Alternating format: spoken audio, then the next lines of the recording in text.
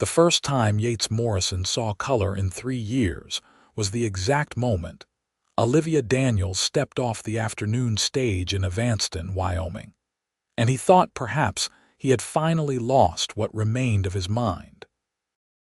September 1878 had arrived without fanfare, the way it always did in this corner of the territory.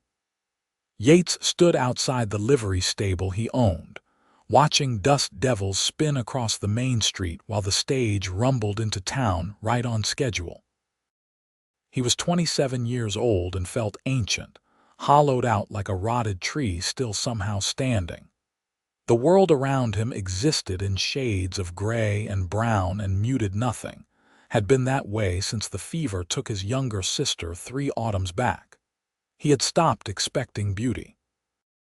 Had stopped expecting much of anything except the passing of days that all looked the same.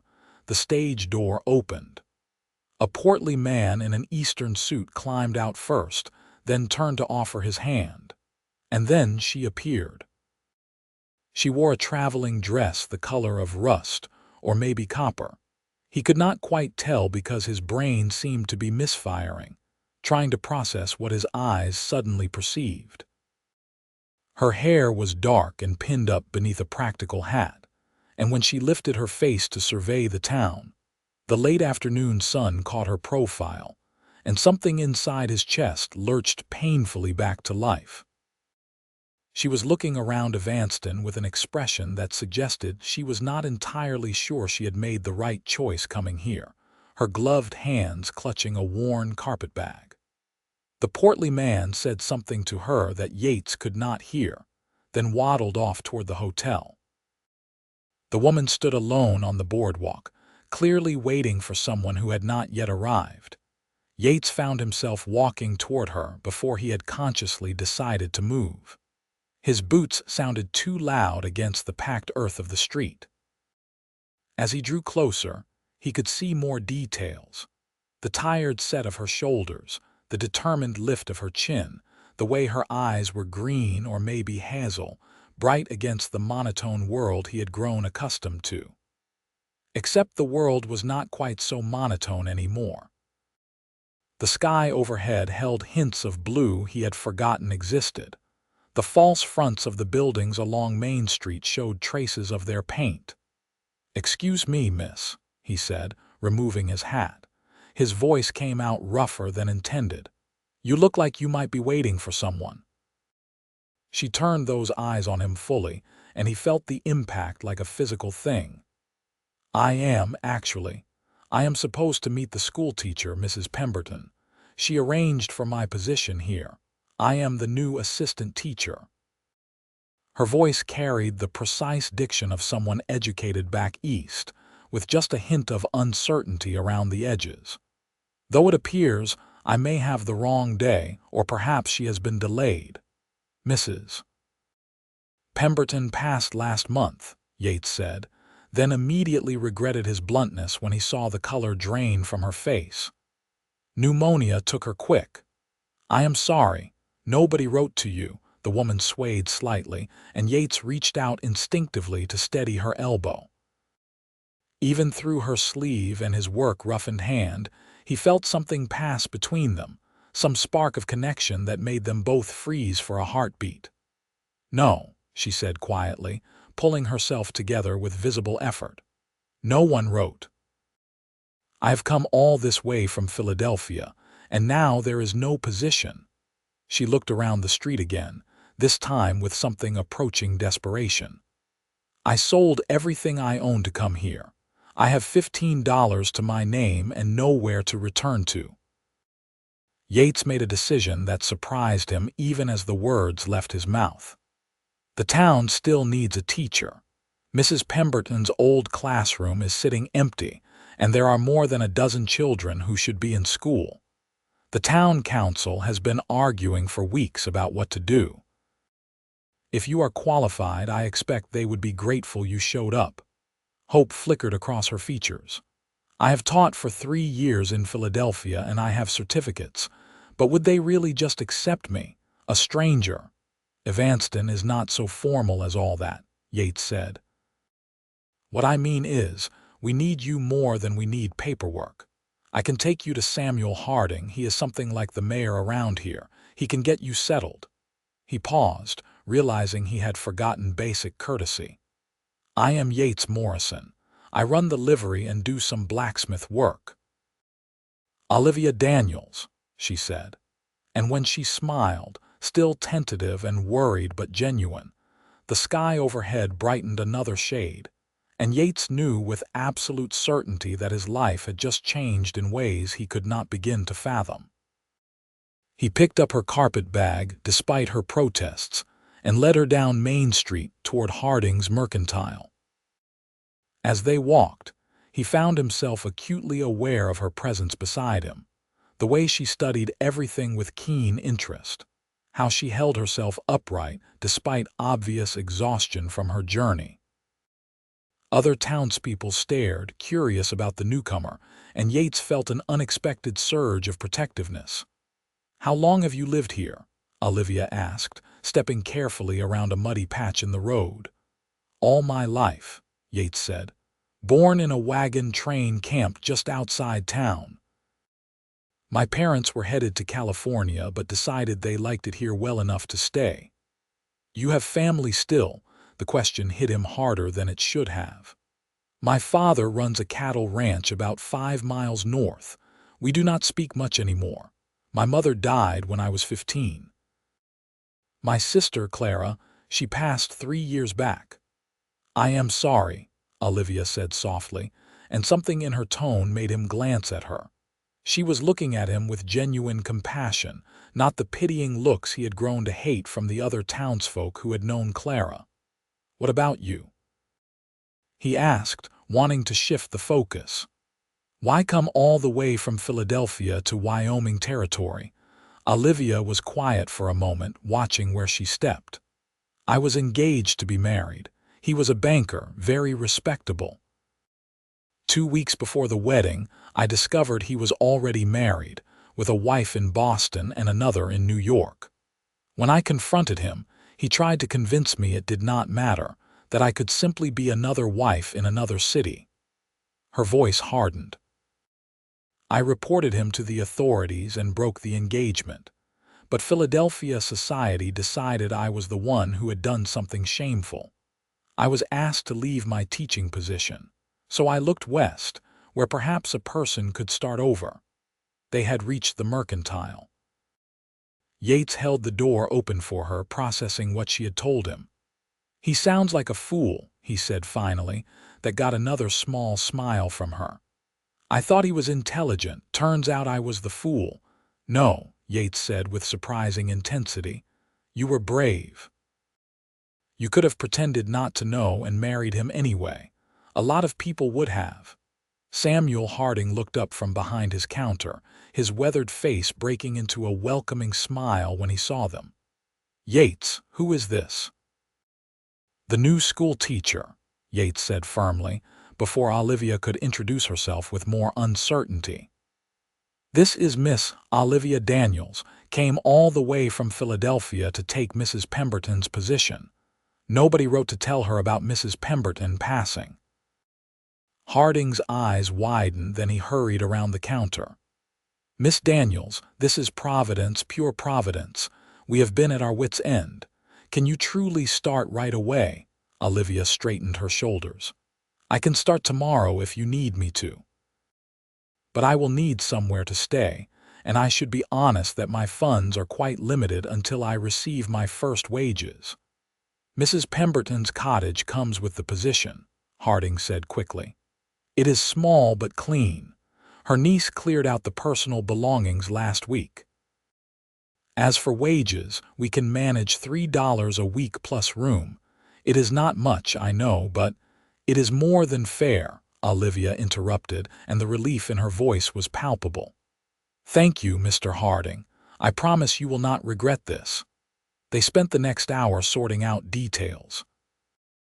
Harding's wife, Martha, was summoned and immediately took charge of Olivia, clucking over her like a hen with a new chick. Yates found himself mostly standing to the side, watching as Olivia was swept up into the efficient care of the Hardings. But when Martha began leading Olivia out to show her the cottage, Olivia turned back and caught his eye. "Thank you, Mr. Morrison. I do not know what I would have done if you had not helped me." "Just Yates," he said. "And you are welcome." After they left, Harding gave him a knowing look. "That was good of you, bringing her to me right away."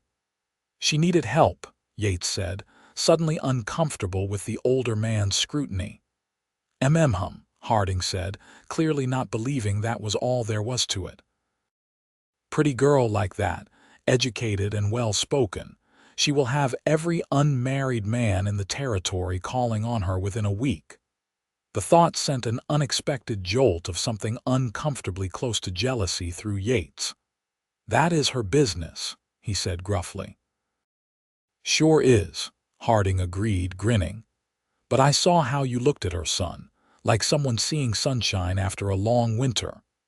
Yates did not know how to respond to that, so he simply collected his hat and headed back to the livery. But Harding's words echoed in his mind. Sunshine after a long winter. That was exactly what it felt like. Color had started seeping back into his world the moment Olivia Daniels arrived, and he did not know what to make of it. The next morning, Yates woke before dawn as usual and went about his work. He had 2 horses to shoe and 1 wagon wheel that needed mending. The work was familiar, comforting in its routine. But he found his mind wandering to a certain school teacher who was probably preparing for her first day with the local children. Around mid-morning, he heard the sound of children's voices and looked out to see them trickling toward the little schoolhouse at the edge of town. Olivia stood on the steps, greeting each one. She had changed into a simpler dress, dark blue with a white collar, her hair still pinned up but a few curls escaping around her face. She looked nervous but determined. "You are staring," said a voice behind him. Yates turned to find his friend Walter Chen standing in the doorway of the livery. Walter's parents had come from China to work on the railroad and stayed when the work dried up. He now helped his father run a small restaurant that served the best food in 3 counties. "Just seeing who showed up for school," Yates said defensively. "Right. Has nothing to do with the pretty teacher." Walter moved closer, wiping his hands on his apron. "My mother already sent food over to her cottage, says the girl looks too thin, needs feeding up." "Your mother thinks everyone needs feeding up." "True enough." Walter studied him. "You look different." "I look the same as always." "No, something changed. You have been walking around like a ghost since Clara died. Now you suddenly look alive again. It is the teacher, is it not?" Yates turned back to his work, uncomfortable with how easily his friend read him. "I helped her yesterday, that is all." "Is it?" Walter's voice was gentle. "Yates, Clara would not want you to stay locked up in grief forever. She would want you to live." The words hit home harder than Walter could have known. Clara had made him promise in those last fevered hours that he would not shut himself away from the world. He had broken that promise for 3 years, until yesterday. "I barely know her," Yates said quietly, "so get to know her." Walter clapped him on the shoulder. "Come to dinner tonight, bring her with you." "My parents would like to meet her, and you would have an excuse to talk to her without the whole town gossiping." It was a transparent ploy, but Yates found himself considering it. She might not want to come. Only one way to find out. By the time school let out that afternoon, Yates had talked himself into and out of Walter's suggestion at least a dozen times. But when he saw Olivia emerge from the schoolhouse, looking exhausted but pleased, he found his feet carrying him toward her before his brain could object. "Miss Daniels," he called. "How was your first day?" She turned, and her tired face brightened. "Mr. Morrison." "Yates, I mean. It was wonderful and terrifying in equal measure. I have 17 students ranging from 6 to 14 years old, all at different levels. But they were so eager to learn, even the older boys who I was told might give me trouble." "That would be the Patterson brothers," Yates guessed. "They gave Mrs. Pemberton headaches. They were perfect gentlemen today, though I suspect that will not last." She paused, studying him. "Did you need something, or were you just being kind again?" Yates removed his hat, turning it in his hands. "I have a friend, Walter Chen. His family runs the restaurant down the street. They invited me to dinner tonight and suggested I bring you along if you would like." "His mother already brought you food, apparently." Olivia's expression softened. "She did this morning.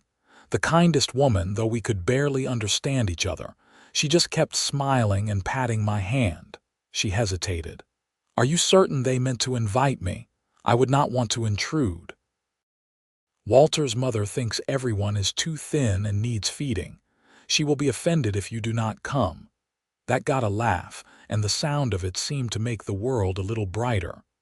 "Well, I certainly would not want to offend her. Yes, I would like that. Thank you." They agreed on a time, and Yates returned to the livery feeling lighter than he had in years.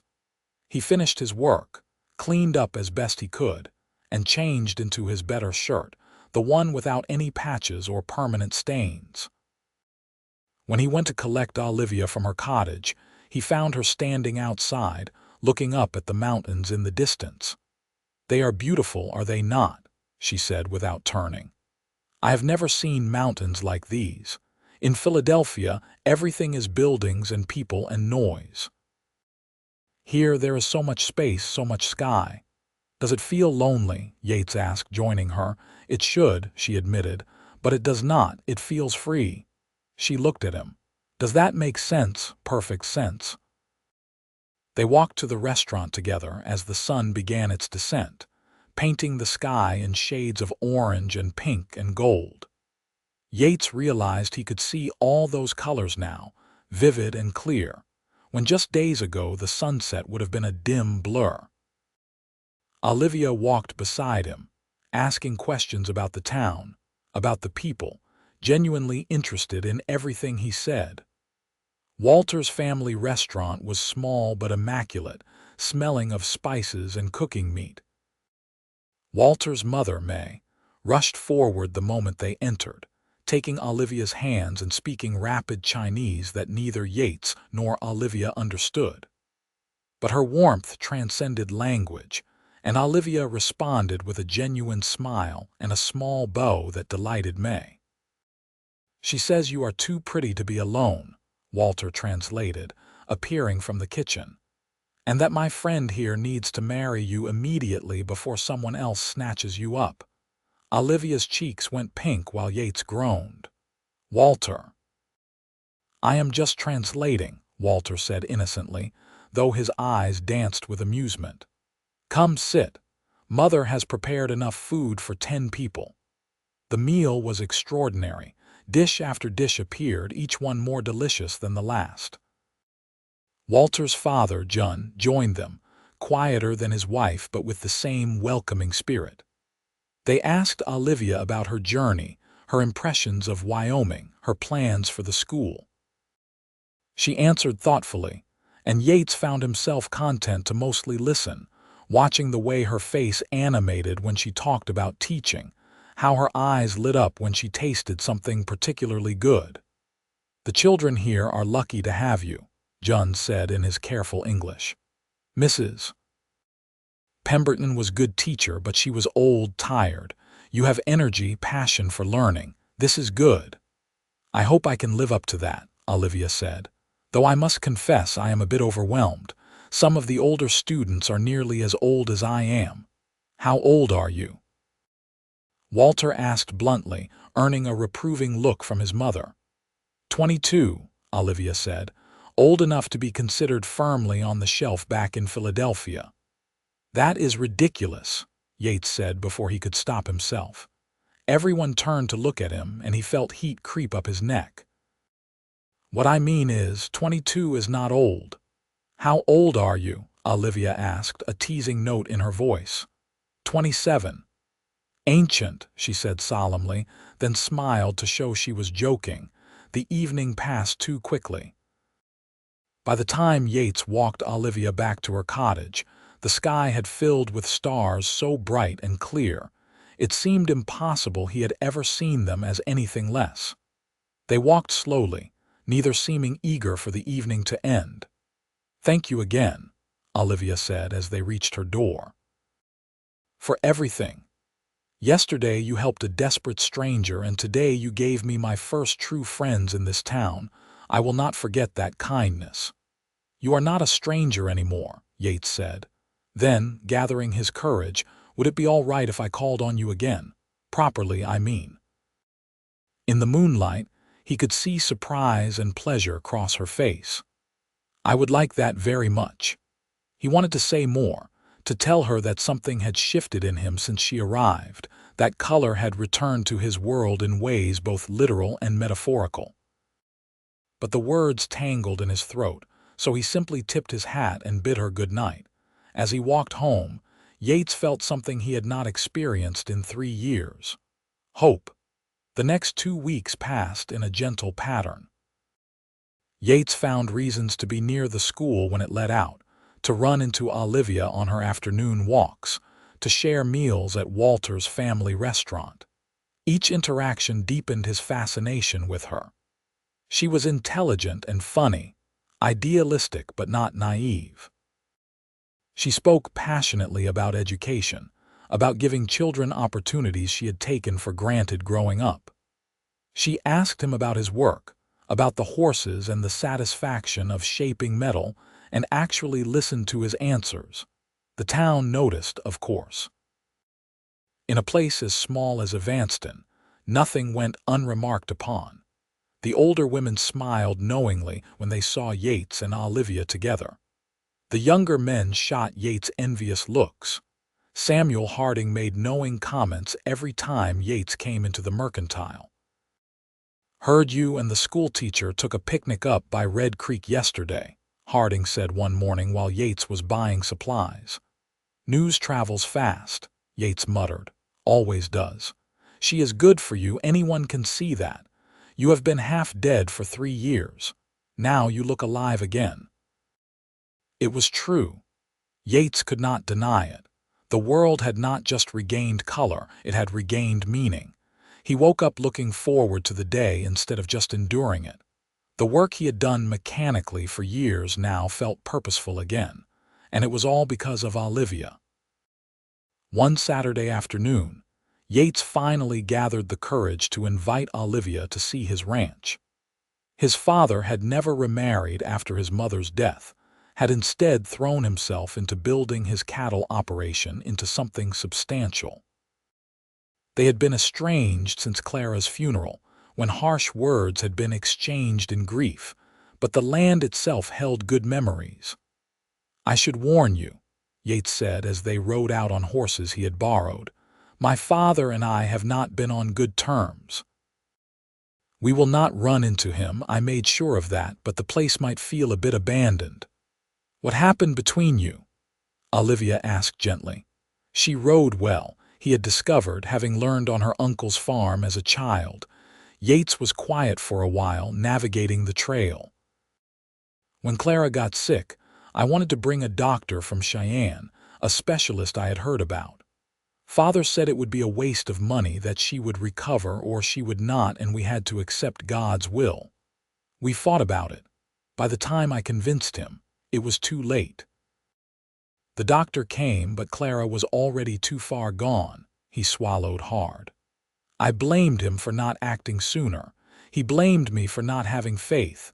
We have barely spoken since." Olivia reached over and touched his arm briefly, a gesture of comfort. "Grief makes us cruel sometimes, makes us lash out at the people we love most because they are safe to hurt. That does not make the words less painful, but it might make them more forgivable. You sound like you speak from experience. My father died when I was 16.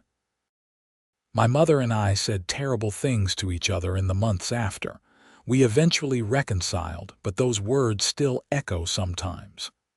She paused.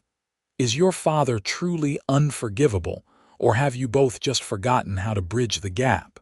It was a question Yates had avoided asking himself. "I do not know. Maybe both." They rode in comfortable silence until they reached a ridge overlooking the Morrison ranch. The main house sat in a valley, surrounded by grazing cattle and rolling grassland that stretched toward the mountains. A creek wound through the property, lined with cottonwoods that were just starting to turn gold with autumn's approach. "It is beautiful," Olivia breathed. "You grew up here." "Until I was 20, when I moved into town to run the livery." "That cabin there," he pointed to a smaller structure near the creek. "That was where Clara and I used to hide when we wanted to avoid chores. We would spend hours there, her reading to me or making up stories." They dismounted and walked down to the cabin.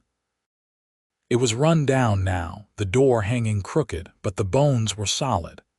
Inside, dust covered everything, but Yates could still see traces of their presence. Initials carved in the wall, an old crate they had used as a table, a rusted tin cup. "She loved stories," Yates said quietly. "She wanted to go to San Francisco to see the ocean. She made me promise that if anything happened to her, I would live really live, not just exist." He turned to Olivia. "I broke that promise. For 3 years I just existed, until you arrived." Olivia's eyes were bright with unshed tears.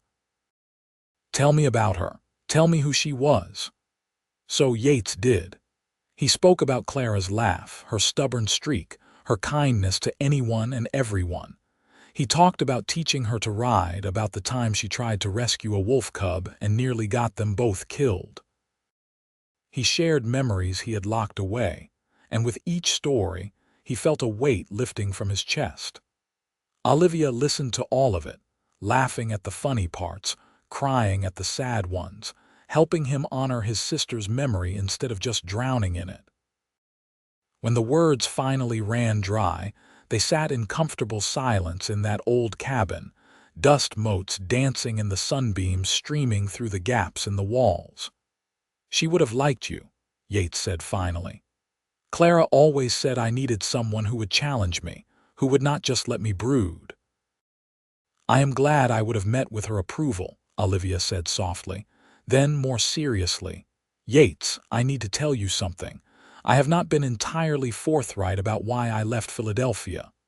He turned to her, concerned by the worry in her voice. "What do you mean?" "My former fiancé, the one I mentioned. When I exposed him, he became quite angry. He made threats, said he would ruin my reputation, and he did his best to do exactly that. He spread rumors that I was the one who had been unfaithful, that I was unstable, unfit to teach. My dismissal was not entirely about scandal. The school's board included his friends." She looked down at her hands. "I was not just seeking a fresh start. I was fleeing from a man who seemed intent on destroying me. I do not think he would follow me all the way to Wyoming, but I cannot be certain. And I thought you should know, in case his vindictiveness reaches even here." Yates felt anger surge through him, hot and protective. "If he shows up here, he will regret it." "I do not want you fighting my battles," Olivia said quickly. "I just wanted you to know the truth. You have been so honest with me, I owed you the same." "Honesty works both ways," Yates said. "So I will tell you this. I am falling in love with you, Olivia Daniels. It has only been 2 weeks, and maybe that is too fast or too foolish, but it is the truth. You brought color back to my world. You made me remember how to hope. If your past shows up here looking for trouble, then we will face it together. But I am not going anywhere." Olivia stared at him, eyes wide. "You are falling in love with me." "Yes." "That is convenient," she said shakily, "because I am falling in love with you too. I told myself I was being ridiculous, that it was too soon, that I was just grateful for your help. But it is more than that. So much more." Yates reached for her hand and she let him take it. Her fingers were warm and small in his, and something about that simple touch felt monumentally important. "What do we do now?" she asked. "Whatever we want," Yates said. "This is the West. We get to write our own story." She smiled then, that bright, genuine smile that made his heart stutter. I like the sound of that. They rode back to town as the sun began to set, hands linked when the trail allowed. Yates felt as though he were floating, euphoric and terrified in equal measure. Love was a risk. He knew that better than most. You could lose it in an instant, and the pain of that loss could break you. But looking at Olivia, at the way the golden light caught in her hair and the determined set of her jaw, he knew that the risk was worth taking. The next morning was Sunday, and Yates attended church for the first time in months. He sat in the back, watching Olivia with the Chen family near the front. After the service, he waited for her outside, enduring the curious looks from the congregation. "Mr. Morrison," Reverend Thomas said, stopping beside him. "Good to see you here." "Good to be here," Yates said, and meant it. The Reverend followed his gaze to where Olivia was talking with Martha Harding. "The new teacher has been quite a blessing to our community.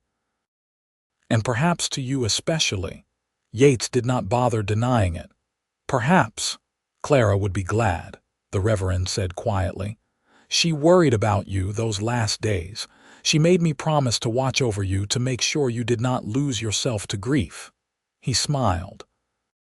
"Looks like you have found yourself again." Before Yates could respond, Olivia had finished her conversation and was walking toward them. The Reverend excused himself with a knowing look, and then it was just the two of them in the dispersing crowd. "I was hoping you would be here," Olivia said. "Would you like to take a walk? I want to show you something." They walked to the schoolhouse, which was closed and quiet. Olivia unlocked the door and led him inside. The single room was neat and organized, with slates and books arranged carefully, children's drawings pinned to the walls. "Look at this," she said, pointing to one of the drawings. It showed a crude representation of the schoolhouse with flowers growing around it. In careful child's handwriting, it said, "Thank you, Miss Daniels, for teaching us." "Lucy Patterson drew it," Olivia explained.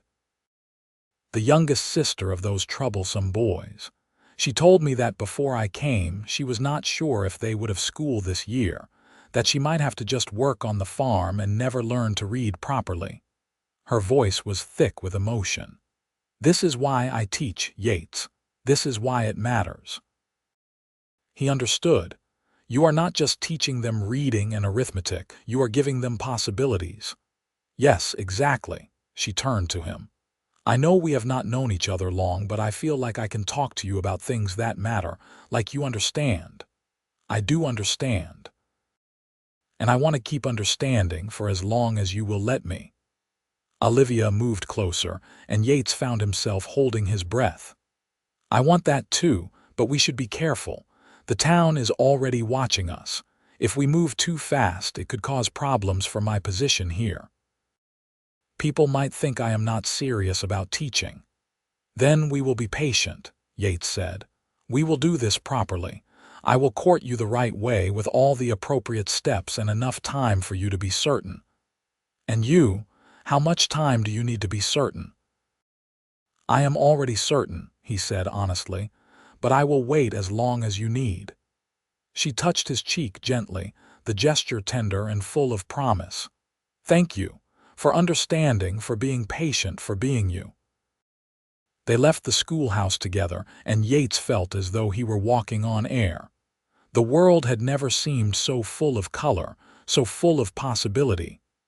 Whatever came next, they would face it together. The autumn weeks passed in a haze of happiness.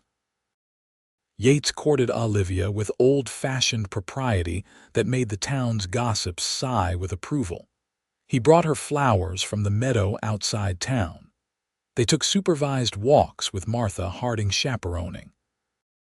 He sat in the back of her classroom, sometimes after school let out, watching her grade papers, marveling at her dedication to her students. October arrived with a cold snap that warned of the harsh winter to come. Yates helped weatherproof Olivia's cottage, stuffing gaps in the walls and chopping enough wood to keep her warm. She protested that he was doing too much, but he could see her relief. Wyoming winters were unforgiving, especially to those unused to them. One evening, as Yates was stacking the last of the firewood, Olivia invited him inside for coffee.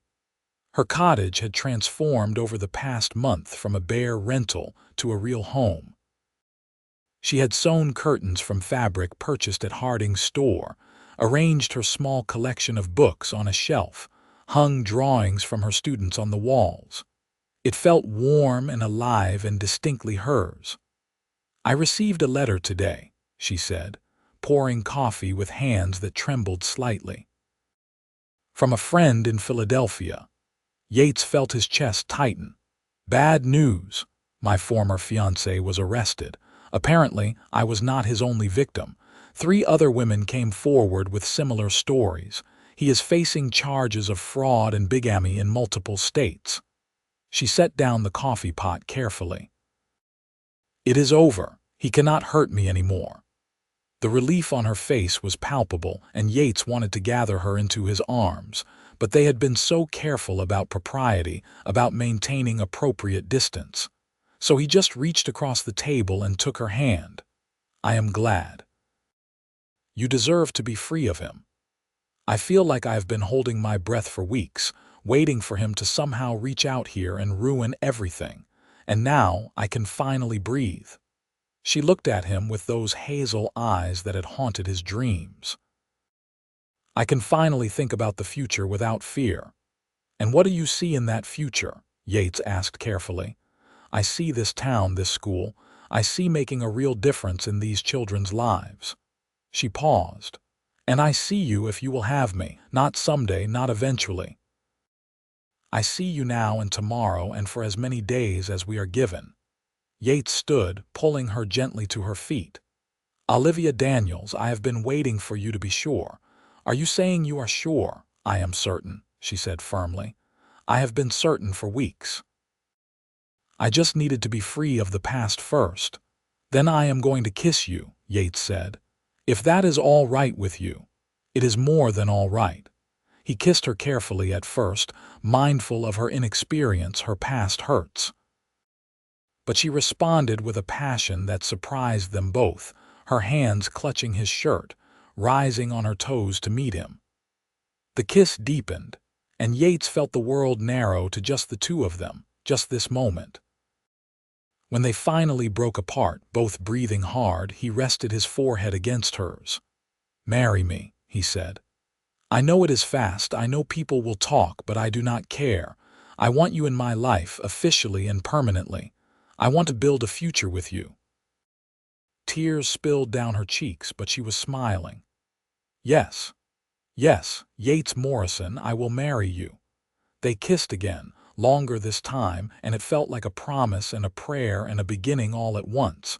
The engagement announcement caused exactly the stir they expected. The town was divided between those who thought it was wonderfully romantic and those who thought it was scandalously fast. But Samuel Harding and his wife threw them an engagement party at the restaurant, and Walter's family cooked enough food for the entire town. Even some of the skeptics had to admit they made a good pair. "You look happy," Walter told Yates during the party. "Genuinely, bone-deep happy." "I am," Yates said, watching Olivia laugh with Martha Harding and May Chen. "I did not think I would ever feel this way again. Clara would approve." "You know she would." "I hope so." The wedding was set for late November, before the worst of winter set in. Olivia wanted something simple, and Yates wanted whatever she wanted. They would marry in the small church with their friends as witnesses, then move into a house Yates had purchased on the edge of town, one with room for a family someday. But 3 weeks before the wedding, trouble arrived in Evanston in the form of a telegram. It was addressed to Olivia, delivered by a worried-looking telegraph operator who had heard about the engagement and seemed concerned about the message's content. Yates was with her when she opened it, saw her face go pale as she read.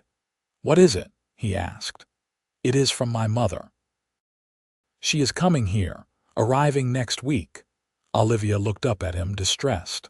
I wrote to tell her about you, about the engagement. I thought she would be happy for me, but this telegram says she is coming to stop the wedding.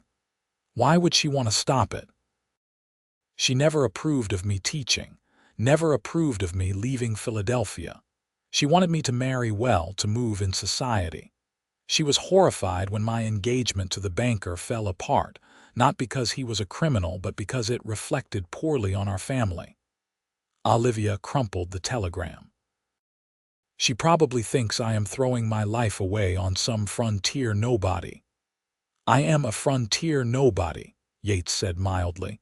You are the best man I have ever known, Olivia said fiercely, and I will not let her convince me otherwise. But Yates could see the worry in her eyes. Family approval mattered, especially to someone who had already lost so much. We will face her together, he said. We will show her that this is real, that we are building something good here. She will come around. He hoped he was right. Margaret Daniels arrived on the Tuesday stage, and Yates disliked her on sight. She was a thin, severe-looking woman in expensive traveling clothes, her face pinched with disapproval as she surveyed Evanston like it was something unpleasant she had stepped in. "Olivia," she said when her daughter rushed to greet her, "you look dreadful. This climate does not suit you." "It is wonderful to see you too, Mother," Olivia said with forced cheer. "Let me introduce you to my fiancé. This is Yates Morrison. Yates, my mother, Margaret Daniels." Yates removed his hat and offered his hand. Margaret looked at it like he was offering her a dead fish, then gave it the briefest touch before pulling away. "Mr. Morrison, my daughter's letters have mentioned you extensively." Her tone suggested this was not a good thing. "Madam," Yates said evenly, "welcome to Evanston. I am sure you are tired from your journey. Miss Daniels has prepared her cottage for your visit." "I have taken a room at the hotel," Margaret said crisply. "I would not want to impose on what is surely very limited space." The implied insult was clear, but Olivia just smiled tightly. "Of course, Mother. Perhaps you would like to rest and we can have dinner later." Over the next several days, Margaret Daniels made her opinions abundantly clear.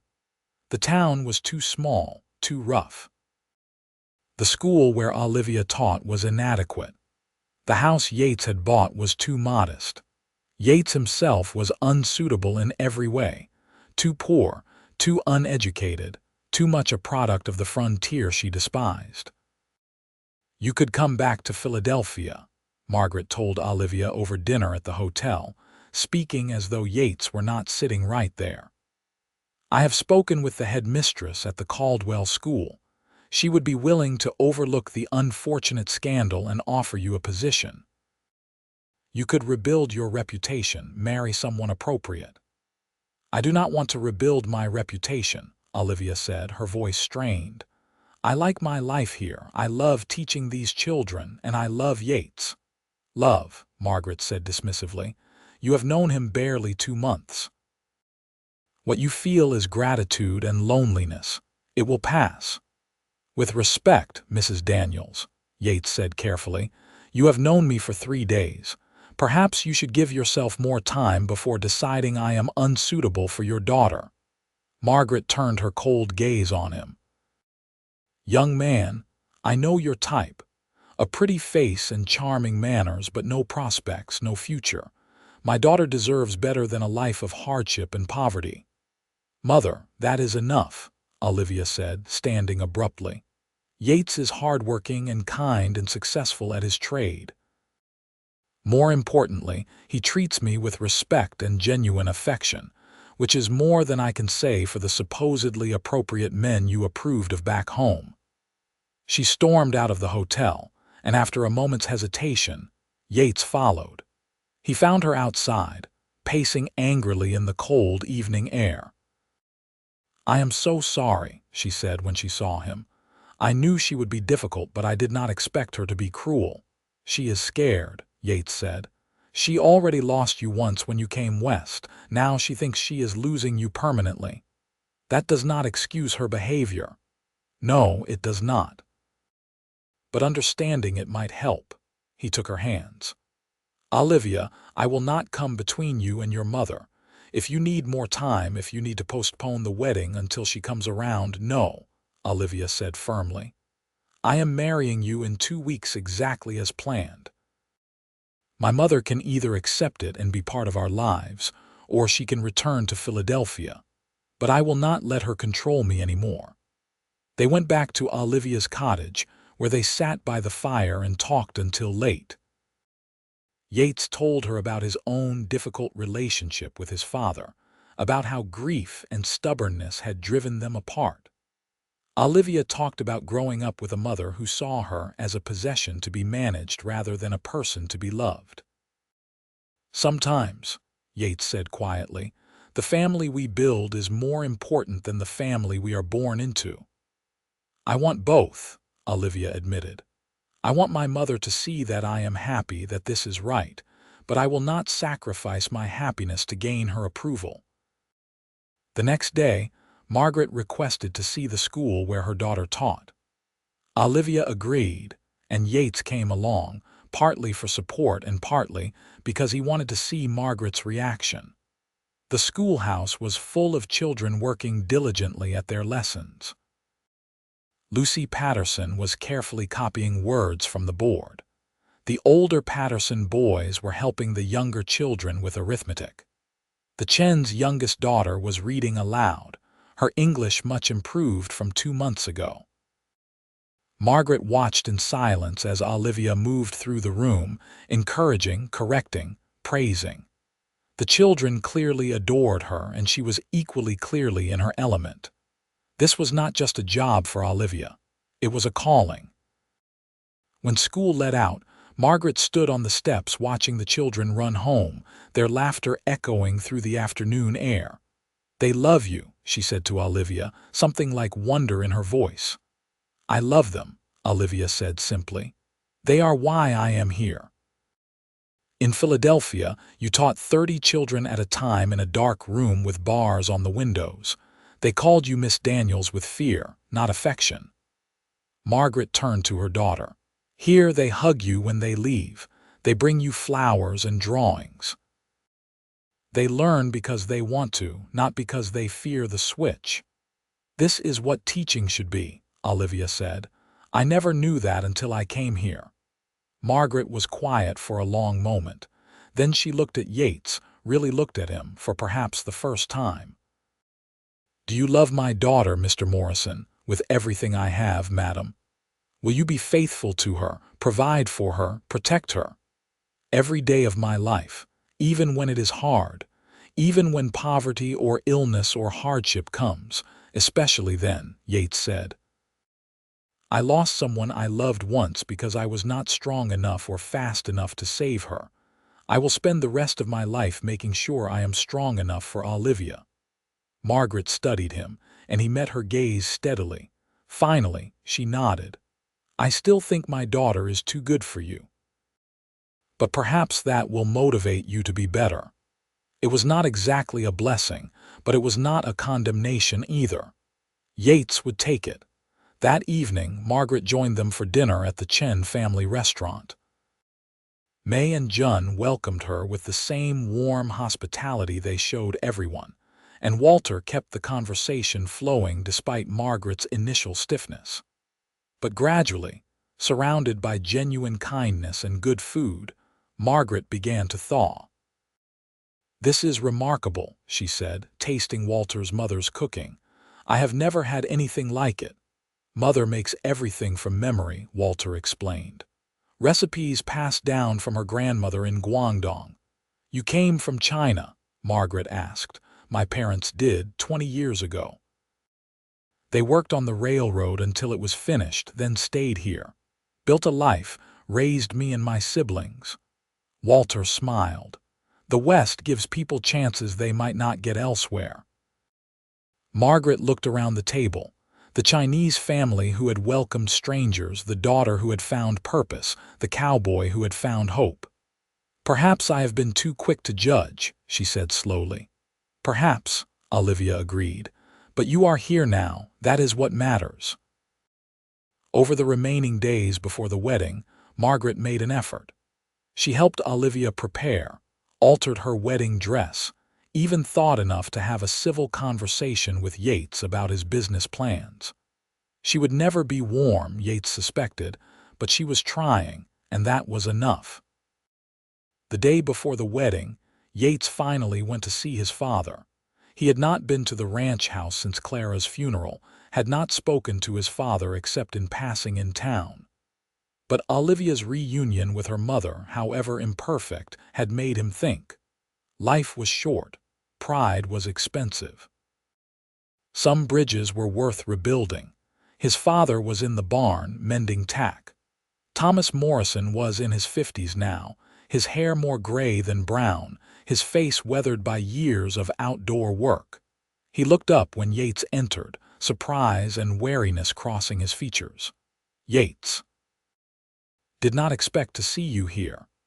"I am getting married tomorrow," Yates said without preamble. "I wanted you to know. I would like you to be there if you are willing." Thomas set down the tack slowly. "Heard you were courting the new teacher. Town gossip says you are head over heels." Town gossip is right. His father studied him, and Yates saw his own eyes reflected back, the same blue-gray shade. "You look different, lighter somehow." "I am. Olivia, she brought me back to life, made me remember what it is to hope."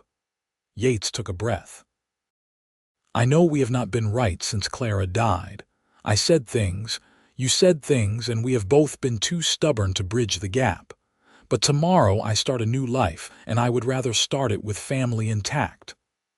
"I was wrong," Thomas said quietly, "about the doctor. You were right to want to try everything. I was just so scared of losing her that I convinced myself acceptance was faith when really it was cowardice." His voice broke. "I have missed you, son, missed you every day for 3 years." "I have missed you too," Yates said, and found it was true. Beneath the anger and hurt, he had missed his father desperately. They embraced awkwardly, both of them crying, 3 years of grief and regret pouring out in that dusty barn. When they finally pulled apart, Thomas was smiling through his tears. "Tell me about her. Tell me about the woman who brought my son back." So Yates did. He talked about Olivia's strength, her dedication to her students, how she had faced scandal and betrayal and come west to start over. He described the moment he first saw her step off the stage and how the world had suddenly regained color. His father listened to all of it, and when Yates finished, Thomas was nodding. "Clara would have loved her. That is what everyone keeps telling me, because it is true. Clara wanted you to be happy, to live fully. This woman, she is helping you keep that promise." Thomas gripped his shoulder. "I will be at your wedding tomorrow, front row. And I hope you will come back to this ranch sometimes, bring your wife. We have 3 years to catch up on." "I would like that." The wedding day dawned clear and cold, the sky that brilliant blue that only autumn in Wyoming could produce. Yates stood at the front of the church, Walter beside him as best man, watching the pews fill with friends and neighbors. His father sat in the front row, tears already shining in his eyes. Margaret Daniels sat across the aisle, her expression softer than Yates had yet seen it. Then the door opened, and Olivia appeared on Samuel Harding's arm. She wore a simple ivory dress that Margaret had altered to fit perfectly, a crown of autumn flowers in her dark hair. She was the most beautiful thing Yates had ever seen. She walked down the aisle with her head high, her eyes locked on his, and Yates felt his heart expand almost painfully in his chest. This woman, this brave, brilliant, beautiful woman, had chosen him. Had chosen a life with him in this rough frontier town when she could have returned to civilization. Had chosen love over security, possibility over certainty.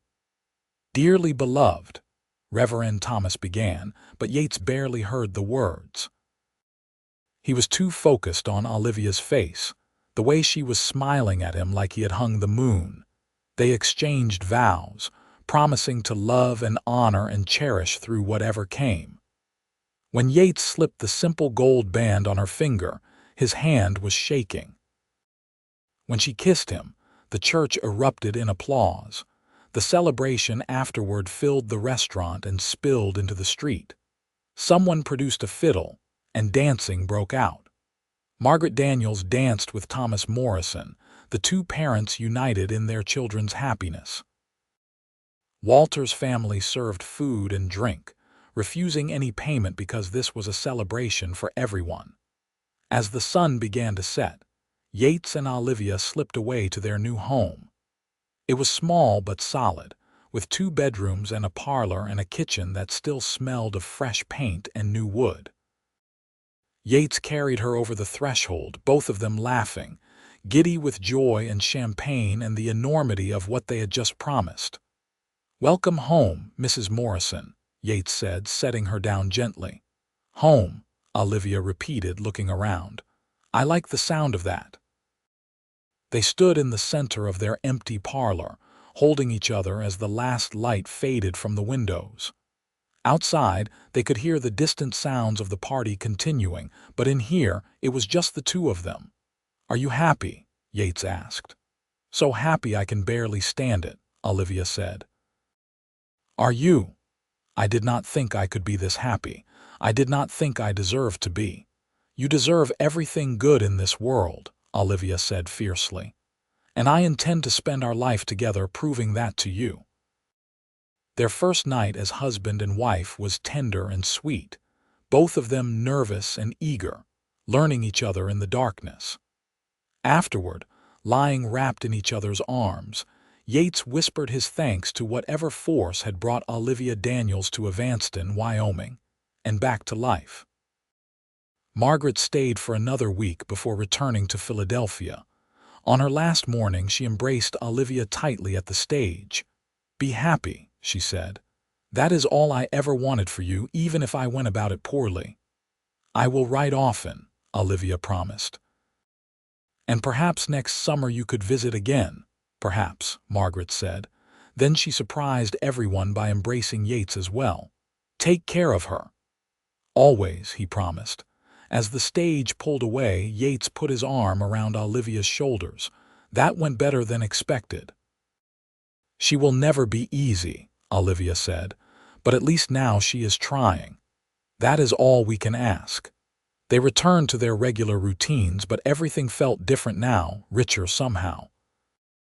Yates worked at the livery during the day, but he made sure to meet Olivia when school let out to walk her home, to hear about her students' progress. They had dinner with friends, attended church on Sundays, slowly built the foundation of their shared life. Winter arrived in earnest in December, blanketing Evanston in snow and dropping temperatures that kept most people close to their fires. But Yates had never been warmer, coming home each evening to a house filled with light and love and the smell of dinner cooking. Olivia had proven to be a surprisingly good cook, taking lessons from May Chen and experimenting fearlessly. One evening in early January, as they sat by the fire, Olivia said quietly, "I think I might be pregnant." Yates nearly dropped his coffee. "You think?" "I am fairly certain.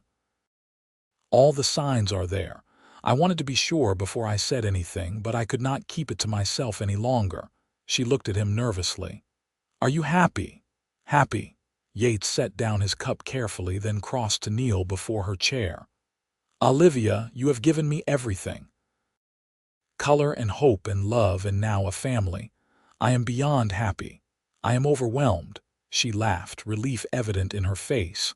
"Good, because I am terrified. I do not know the first thing about being a mother."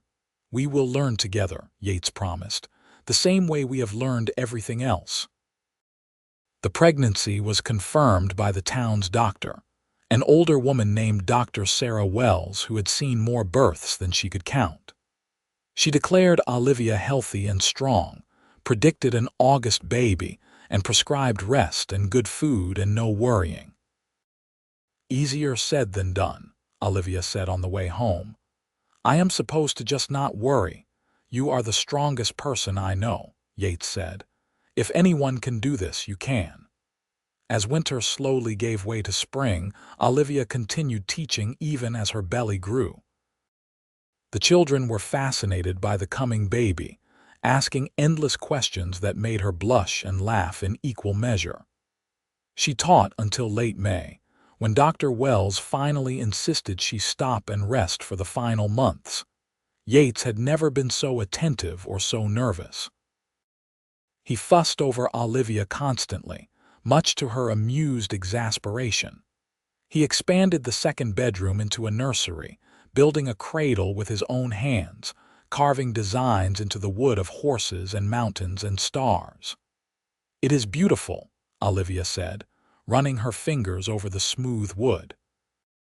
"Our baby is so lucky to have you as a father." "I hope I can be a good one," Yates admitted. "I am scared I will mess it up." "You will be wonderful," Olivia said firmly. "You are patient and kind and you listen. That is all any child needs." Thomas Morrison visited frequently, excited to be a grandfather. He and Yates had spent the past months rebuilding their relationship, and while some wounds took time to fully heal, they were undeniably closer. Thomas helped prepare the house for the baby, taught Yates things he remembered from when Yates and Clara were small. One evening, as they worked on baby-proofing the house, Thomas said, "I wish your mother could be here to see this. She would have loved Olivia. And she would have been so proud of the man you have become." "I think about her sometimes," Yates admitted. "Wonder what she would say about all this." "She would say you chose well, and she would tell you to trust yourself, to trust your instincts as a father. That is what she always told me." "Did you trust your instincts?" "Not always. I made plenty of mistakes, but I loved you kids with everything I had, and somehow that was enough." August arrived hot and dry, and Olivia grew increasingly uncomfortable. Dr. Wells visited daily, checking on her progress, assuring Yates that everything was proceeding normally even when he was convinced something must be wrong. The baby came on a Tuesday afternoon, fast and fierce like a summer storm. Yates held Olivia's hand through it all, feeling helpless and awed as she worked to bring their child into the world. Dr. Wells was calm and competent, guiding Olivia through each contraction, each push, until finally, a baby's cry filled the room. "A boy, Doctor," Wells announced, placing the squalling, red-faced infant on Olivia's chest. "A healthy, perfect boy." Yates could not speak, could barely breathe. He stared at his son, at this tiny person who had not existed an hour ago and who now was the center of his universe. Olivia was crying and laughing, cradling the baby against her. "Hello, little one," she whispered. "We have been waiting for you." They named him Thomas Joseph Morrison after both grandfathers. Little Tommy, as he quickly became known, was a good baby, content to sleep and eat and stare at the world with solemn blue eyes that matched his father's. Yates had thought he understood love when he married Olivia. But holding his son for the first time, feeling that tiny weight in his arms, that absolute dependence and trust, unlocked something new in his heart. This was what Clara had wanted for him, he realized. This fullness, this overwhelming sense of purpose and connection. "Are you all right?" Olivia asked from the bed.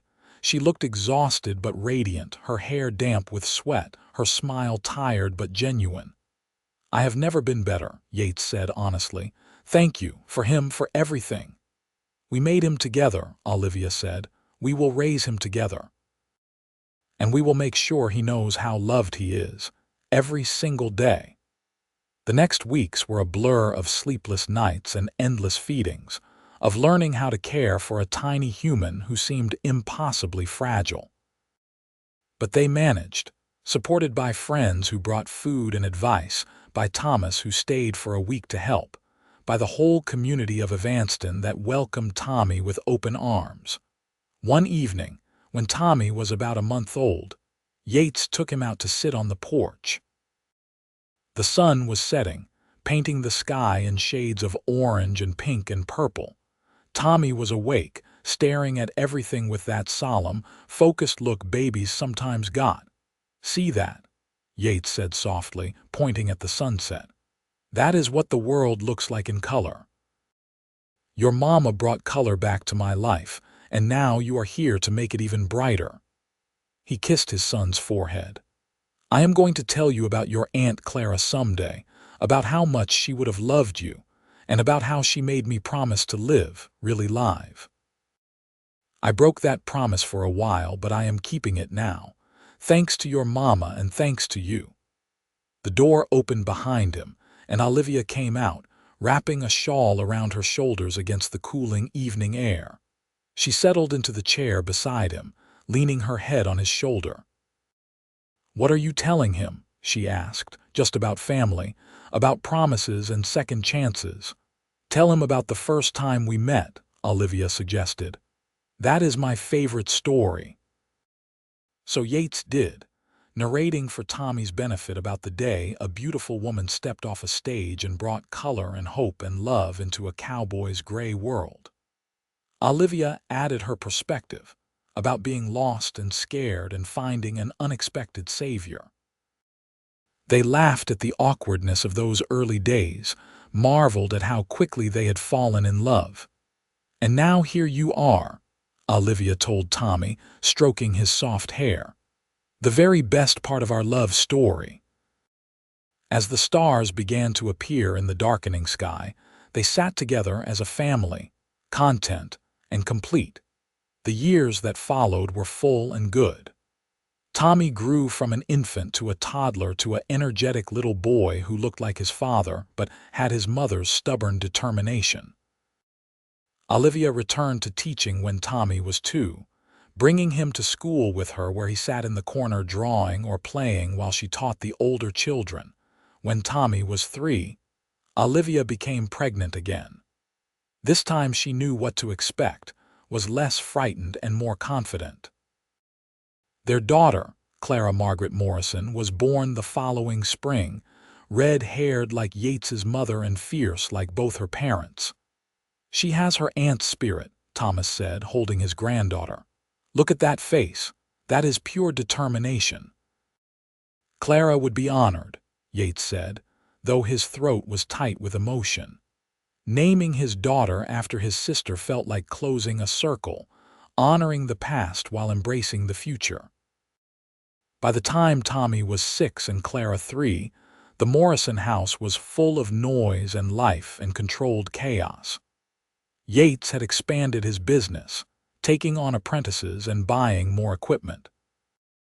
Olivia had become one of the most respected teachers in the territory, her methods innovative, her dedication unquestioned. Together, they had built not just a family but a legacy. One autumn evening, when the children were asleep and the house was quiet, Yates and Olivia sat on their porch watching the sunset.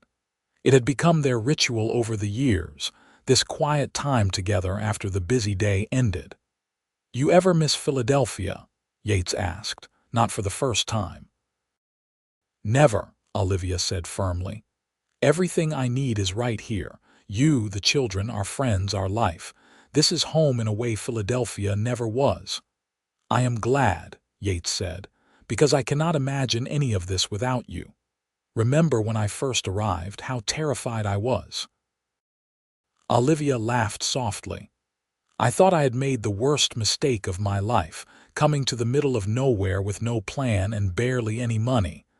And then I walked up to you outside the livery, and you looked at me like I was something precious, like I mattered." She turned to him. "You looked at me the way you still look at me now. That is because you are precious. You changed my life, Olivia. You brought color back to my world when I thought everything would be gray forever." "You saved me," Olivia said. "In every way a person can be saved. You gave me purpose and family and love. You gave me a reason to believe in happy endings." They kissed as the sun sank below the horizon, the sky ablaze with color that Yates would never again take for granted. Inside, their children slept peacefully, safe and loved and full of possibilities. The future stretched ahead, unknown but unafraid. Years continued to pass in Evanston, Wyoming. Tommy grew into a young man who combined his father's steady reliability with his mother's passion for learning. He apprenticed with his father at the livery, but talked about going to university someday, about studying engineering. Yates and Olivia encouraged him, wanting him to have every opportunity. Clara proved to be as headstrong as predicted, but also brilliant and kind. She announced at age 8 that she wanted to be a doctor like Dr. Wells, and no one doubted she would achieve it. She followed Dr. Wells around town when she could, asking endless questions, absorbing everything. When Yates was 40 and Olivia 35, they welcomed a third child, another son they named Samuel Walter, after the friends who had supported them from the beginning.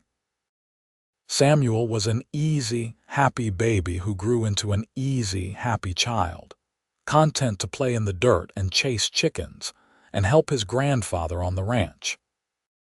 Thomas Morrison lived long enough to see all 3 grandchildren grow, to teach Tommy to ride and rope, to spoil Clara with sweets and stories, to bounce Samuel on his knee. He died peacefully in his sleep at 70, with Yates and Olivia at his bedside. They buried him next to Yates's mother and Clara, reuniting the family in death if not in life. "He was so proud of you," Olivia told Yates after the funeral. "He told me once that watching you become a father and husband and businessman had been the greatest joy of his later years." "I am glad we reconciled," Yates said. "Glad we had those years together. I would have regretted it forever if we had not." The Morrison family became a fixture in Evanston. Yates served on the town council, helping plan improvements and expansions as the town grew. Olivia continued teaching, mentoring new teachers who came west, sharing her methods and passion. Their house was always full of people, children playing, friends visiting, neighbors stopping by for advice or assistance. Walter Chen took over the restaurant from his aging parents and expanded it into the finest establishment in the territory. He married a woman from San Francisco and had 4 children of his own. The Chen and Morrison children grew up together, as close as siblings. Samuel Harding and his wife watched their own grandchildren arrive, and delighted in seeing the town they had helped build flourish. Martha Harding and Olivia became inseparable friends, each the other's trusted confidant. Dr. Wells trained Clara herself, recognizing the girl's talent and dedication. By the time Clara was 16, she was assisting with births and basic medical procedures, already more competent than most adults. On Yates and Olivia's 20th wedding anniversary, the whole town threw a celebration. The restaurant was packed, spilling out into the street just like on their wedding day. Their children, now almost grown, stood with them as the Reverend renewed their vows. 20 years ago, the Reverend said, "I married 2 people who barely knew each other but who trusted in love and possibility. Today, I see before me not just a couple but a family, not just a marriage but a partnership that has strengthened this entire community."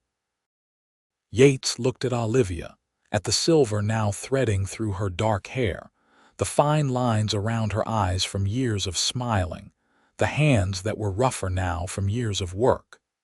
She was even more beautiful to him than the young woman who had stepped off that stage 2 decades ago. "I love you," he said simply. "More now than then, which I would not have thought possible." "I love you too," Olivia said. "Thank you for giving me a life beyond anything I dreamed." They kissed while the town cheered, their children groaning good-naturedly at their parents' display. Later, after the party wound down and they returned home, Yates and Olivia sat on their porch as always, watching the stars. "You think we will have grandchildren soon?" Olivia asked. Tommy had been courting the blacksmith's daughter for over a year, and it seemed serious. "Probably," Yates said. "Are you ready to be a grandmother?" "I am ready for whatever comes next," Olivia said. "As long as you are beside me. Always," Yates promised. "Always and forever." Tommy married Emily Crawford the following spring in the same church where his parents had wed. The young couple moved into a house near the livery, and Tommy took over more of the daily business operations, giving Yates time to focus on the skilled blacksmith work he loved most. Clara, at 17, left for medical school in Chicago, one of the few schools that accepted female students. It was the hardest thing Yates and Olivia had ever done, watching their fierce daughter board that train, but they were so proud they could barely speak. Samuel, at 12, was content to stay in Evanston, already talking about working the Morrison ranch that Yates had inherited when his father passed. He had Thomas's gift with cattle, a patience and understanding that made the animals trust him. The Morrison grandchildren began arriving when Yates was 46. Tommy and Emily had 3 children in quick succession, twin girls and then a boy. Yates discovered that being a grandfather was somehow even better than being a father, all the joy with slightly less of the worry. Olivia reduced her teaching schedule to spend more time with the grandchildren, though she never retired completely. Education remained her passion, and she worked to establish a proper school building to replace the old one-room schoolhouse, complete with multiple classrooms and a library. Clara returned from medical school at 23, Dr. Clara Morrison, ready to take over from the aging Dr. Wells. She was brilliant and capable, though her bedside manner was somewhat brusque. But patients learned to trust her skill even if they found her manner intimidating. Samuel married at 20 to the daughter of a neighboring rancher, and they settled on the Morrison ranch that now officially belonged to him. He ran it with the same careful stewardship his grandfather had, modernizing while respecting tradition. Yates and Olivia moved into their 50s together, their children grown and thriving, their grandchildren numerous and adored. They had slowed down somewhat, Yates's hands stiff on cold mornings from years of blacksmith work, Olivia's eyesight requiring spectacles for reading. But they remained active and engaged, the heart of their family and their community. On an autumn evening much like the one when they first met, Yates and Olivia sat on their porch with a blanket wrapped around their shoulders against the cooling air. 30 years had passed since that life-changing day, 30 years of love and work and family. "Do you remember when you told me this was the season you expected to be without color?" Olivia asked, leaning into his warmth. "I remember. I thought I would never see color again, never feel anything again. And then I stepped off that stage. And then you stepped off that stage and the whole world changed." Yates kissed her temple. "You gave me back my life, Olivia. You gave me everything." "We gave each other everything," Olivia corrected. "We saved each other, built a life together, raised a family. We did it all together." They sat in comfortable silence, watching the autumn sunset paint the sky in brilliant shades of gold and crimson and purple. In the distance, they could see lights in the windows of their children's homes, the next generation of Morrisons continuing the legacy. "It has been a good life," Yates said. "The very best life," Olivia agreed. "And it is not over yet. We still have years ahead, more grandchildren to spoil, more sunsets to watch together." "Promise me something," Yates said. "Promise me that no matter what comes, we will face it together, the way we always have." "I promise," Olivia said. "Together always, until the very end and beyond." They kissed as the stars began to appear. 2 people who had found each other when they needed it most, who had built something beautiful and lasting from that chance meeting so long ago. The cowboy who had expected autumn without color had instead found a lifetime of brilliant hues, all because one brave woman had stepped off a stage in Evanston, Wyoming, and changed everything. The years continued their steady march. Yates and Olivia celebrated their 40th anniversary surrounded by children, grandchildren, and great-grandchildren. The family had grown large and sprawling, but remained close, gathering for holidays and special occasions, filling the Morrison house with noise and love. Tommy had taken over the livery completely, expanded it into the largest operation in the territory. His children were grown now, with careers and families of their own. The twin girls had moved to Denver and Cheyenne respectively, but visited often. Tommy's son had stayed in Evanston and worked beside his father. Clara had become the most respected doctor in Wyoming, training other female doctors, advocating for improved medical care for everyone regardless of means. She had married late, at 35, to a fellow doctor, and they had one son who was determined to follow in his mother's footsteps. Samuel had built the Morrison Ranch into a prosperous operation, his own children already learning the cattle business from the ground up. He was the quiet one, steady and reliable, the foundation the whole family could depend on. Yates was 73 when his health began to fail. His heart, Dr. Clara told him gently, was wearing out. There were treatments, medications that could help, but ultimately time was catching up with him. He took the news calmly, surprising everyone. "I have had a good run," he told his worried family. 73 years, 46 of them with your mother. That is more than most people get. But Olivia was not so accepting. "You cannot leave me," she said fiercely when they were alone. "We promised together until the end." "And we will be," Yates assured her. "But my end might come before yours, and if it does, you have to promise me you will keep living. Really living, not just existing, the way I did before you arrived." "That is not fair," Olivia said, tears streaming down her face. "You cannot ask me to promise that. I can and I am. Promise me, Olivia. Promise me you will keep teaching, keep loving our family, keep watching those sunsets. Promise me you will still see the color in the world." "I promise," she finally whispered, "but I do not want to do any of it without you. I know, but you will. You are the strongest person I have ever known." Yates lived another 2 years, long enough to see his youngest great-grandchild born, long enough for one more Christmas with everyone gathered around.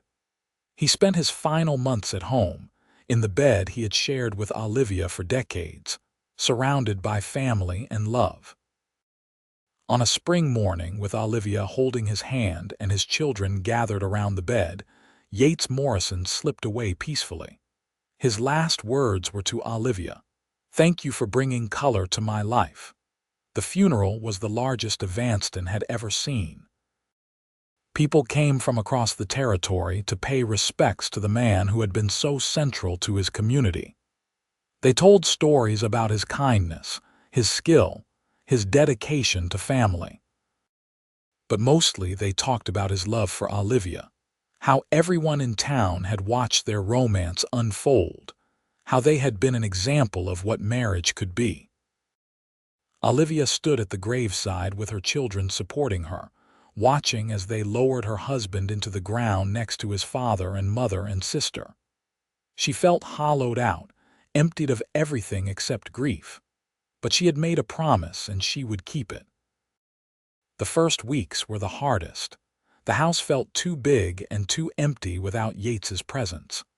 Olivia found herself turning to tell him something, only to remember he was gone. She cried more than she had thought possible, mourned more deeply than she had known she could.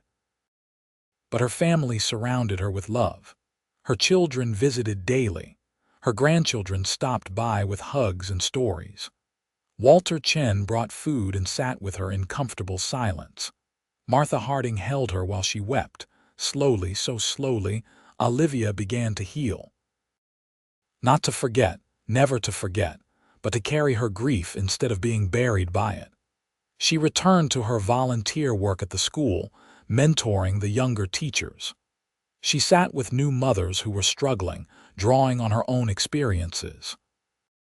She spent time with each grandchild and great-grandchild, making sure they knew the story of their grandfather, the cowboy who had expected autumn without color. One evening, 6 months after Yates's death, Olivia sat alone on the porch, watching the sunset. She had avoided this ritual since he died, unable to face it without him. But tonight something drew her outside. The sky was spectacular, painted in shades of orange and pink and gold that took her breath away. And sitting there, wrapped in one of Yates's old blankets, Olivia could feel his presence somehow. Not literally, not a ghost or a spirit, but the sense of him, the memory of all their evenings spent just like this. "I miss you," she whispered to the sky. "Every moment of every day I miss you. But I am still here, still living like I promised. I am seeing the color in the world, even though it is not as bright without you." A breeze rustled the leaves of the cottonwood tree Yates had planted when they first bought the house. Olivia chose to take it as a response, as his way of saying he was still with her. She lived another 15 years, staying active and engaged until the very end. She watched more grandchildren marry, more great-grandchildren arrive.